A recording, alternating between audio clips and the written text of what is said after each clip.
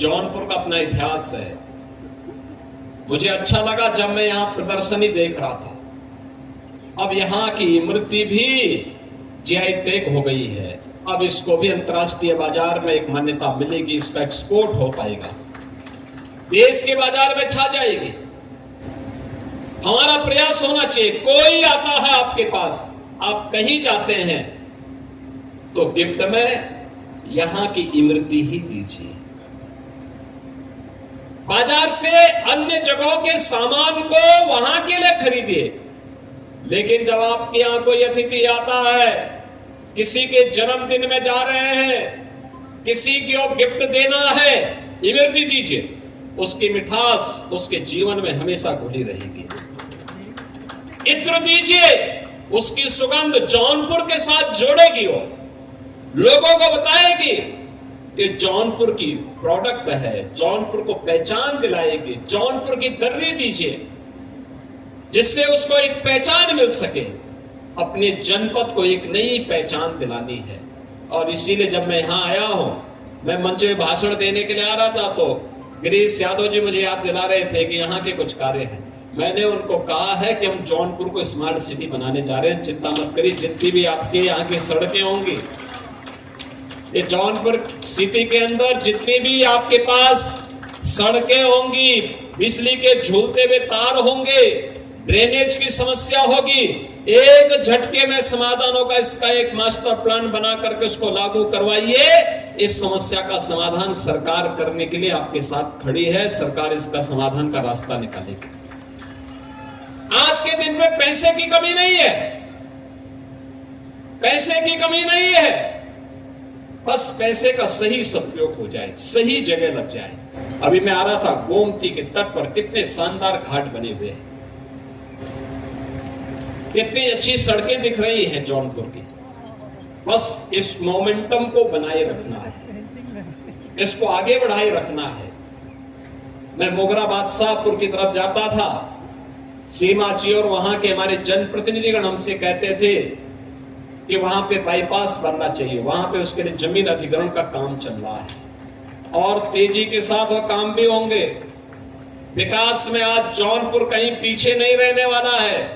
जौनपुर में अनेक विकास के कार्यक्रमों को आगे बढ़ाने का काम चल रहा है। चाहे वह जाफराबाद जौनपुर में एक फ्लाईओवर बनाने का काम हो, चाहे वह जौनपुर से जाफराबाद सुल्तानपुर लखनऊ रेल सेक्शन के जौनपुर सिटी के उत्तर में एक संपार फाटक पर भी एक फ्लाईओवर बनाने का कार्य हो, या जौनपुर अकबरपुर मार्ग को इसमें इस मार्ग के निर्माण का 4 लेन का यह मार्ग नेशनल हाईवे का, इसका निर्माण कार्य भी युद्ध स्तर पर चल रहा है और 216 करोड़ रुपए इस कार्य के लिए पहले दिए जा चुके हैं और दोनों परिगामी सेतु के लिए भी 169 करोड़ और 92 करोड़ रुपए की राशि पहले ही स्वीकृत की जा चुकी है। बहनों और भाइयों, इसी प्रकार से जौनपुर मिर्जापुर मार्ग को भी, इसको भी अच्छा बनाने के लिए विंध्यवासिनी धाम से जोड़ने के कार्यक्रम को भी सरकार ले रही है और मोगरा बादशाहपुर में एक बाईपास निर्माण के कार्यक्रम को भी सरकार तेजी के साथ आगे बढ़ा रही है। और अकेले जौनपुर में इस समय 17 पुल सरकार ने स्वीकृत किए हैं। पुल का मतलब जो जोड़ने का काम करता है। 17 स्थानों पर जौनपुर की कनेक्टिविटी को बेहतर करने का काम सरकार कर रही है और उस कार्यक्रम को आगे बढ़ाने के लिए आज हम सब आपके बीच में आए हैं। इस सामूहिक विवाह की योजना, यह भी 2 परिवारों को जोड़ने का एक माध्यम बना है। अगर सेतु भी 2 स्थानों को जोड़ रहा है तो सामूहिक विवाह की योजना भी 2 परिवारों को जोड़ करके एक अटूट बंधन के साथ जोड़ने का कार्य कर रही है। और मुझे अच्छा लगा कि मुख्यमंत्री सामूहिक विवाह की योजना इतनी लोकप्रिय तरीके से आगे बढ़ रही है। बहनों और भाइयों, मैं आज जौनपुर में इसलिए भी आया हूं कि जौनपुर के नागरिकों के प्रति मैं आभार व्यक्त कर सकूं।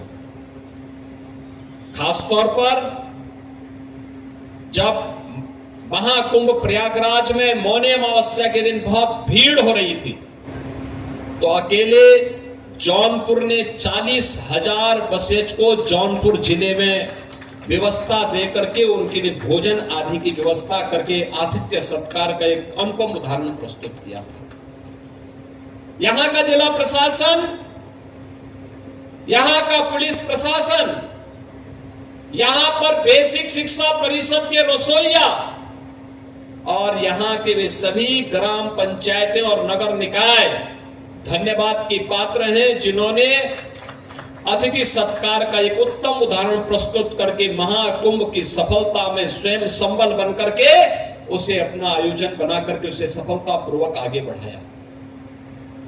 जब कोई बड़ा आयोजन होता है, उस राज्य, उस जनपद विशेष का आयोजन नहीं होता है, सबकी सामूहिक जिम्मेदारी होती है। सभी लोग मिलकर के जब आयोजन के साथ जुड़ते हैं, आयोजन सफलता की एक नई ऊंचाई को प्राप्त करता है।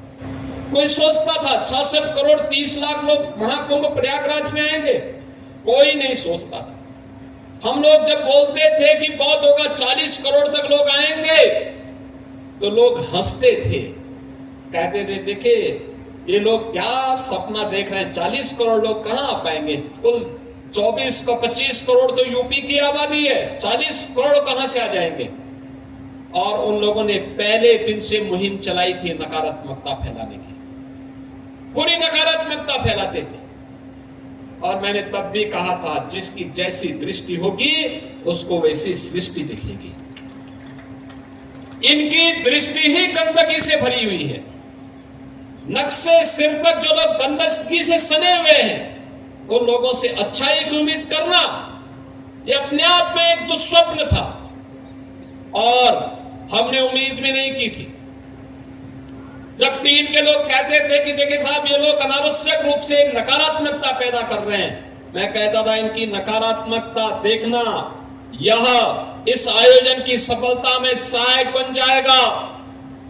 और आपने देखा होगा देश के अंदर कोई राज्य ऐसा नहीं जहां का श्रद्धालु महाकुंभ में पहली बार न आया हो, पहली बार हुआ है। और दुनिया के भी 100 से अधिक देशों के लोग महाकुंभ में सहभागी बनकर के इन्होंने सारे रिकॉर्ड ध्वस्त करके साबित किया कि महाकुंभ प्रयागराज मानवता के समागम का सबसे बड़ा समारोह बन गया, सबसे बड़ा आयोजन बन गया, सबसे बड़ा पर्व बन गया। और इस महापर्व ने अपने आप को साबित करके 66 करोड़ 30 लाख श्रद्धालुओं को मां गंगा, यमुना और सरस्वती की पावन